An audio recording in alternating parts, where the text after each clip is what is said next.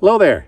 If you tuned in this video, you want to learn a casting technique that really is great for environments like this. And what I mean by this is that there is a whole bunch of stuff in my backcast, and I'm sure you struggled just like me when casting one of these fly rods.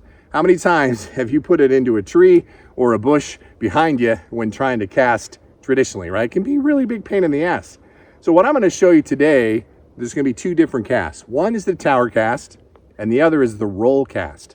Now the roll cast really is easy to do, and it's great to have this cast in your arsenal, especially when you're around really tight spots like we're in today.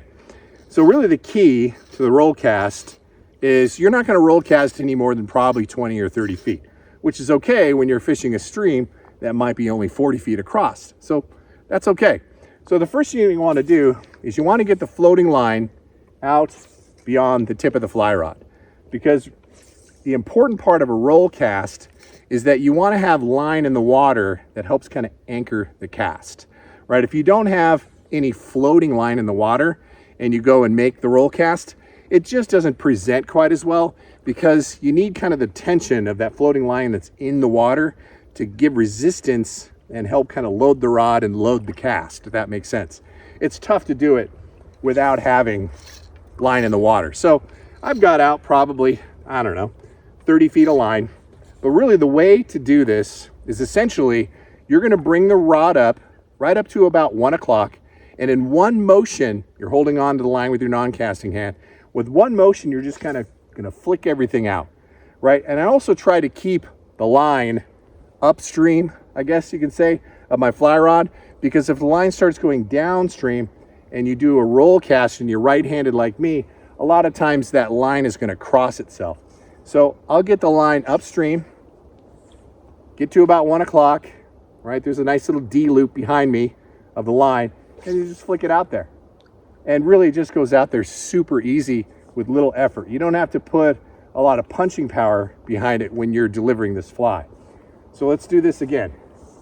All right, so I'm gonna get the line. I'm just gonna kind of flick the line upstream.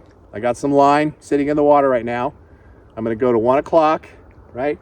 I'm holding on to the line here, and then in one fast swoop, I'm gonna push the rod out and then kind of finish with the snap of my wrist. Okay, the line kind of got close to me again. I don't want to cross it over, because if you cross it over, so I just did that. So I'm going to show you what happens if you kind of cross the line. So that's why you don't want the line to be downstream of you and then try to do the roll cast, because the line is going to crisscross itself. So you want to have the line upstream. So let me take a moment and untangle my mess. All right, disaster averted. Okay, so I'm gonna throw it upstream, right? I'll slow it down for you too. Just like that. My line just went out about 20 feet. Super, super easy to do the roll cast. No line went behind me, so I don't have to worry about getting snagged on anything, because this roll cast really is just really easy to do. All right, so I'll do it again. So I'm gonna get the line upstream for me. Okay, now watch. Just like that. I almost went clear across the river with that roll cast. So super easy to do. The other cast is called the tower cast. Now when you have a lot of stuff behind you, you can, typically when you fly cast, you have a straight line path to the tip of your rod, and it's kind of going on a horizontal. Well, this is almost a vertical, to where you're throwing the line straight up in the air and then coming back down. And if you watch it behind you, I mean, that line is going straight up.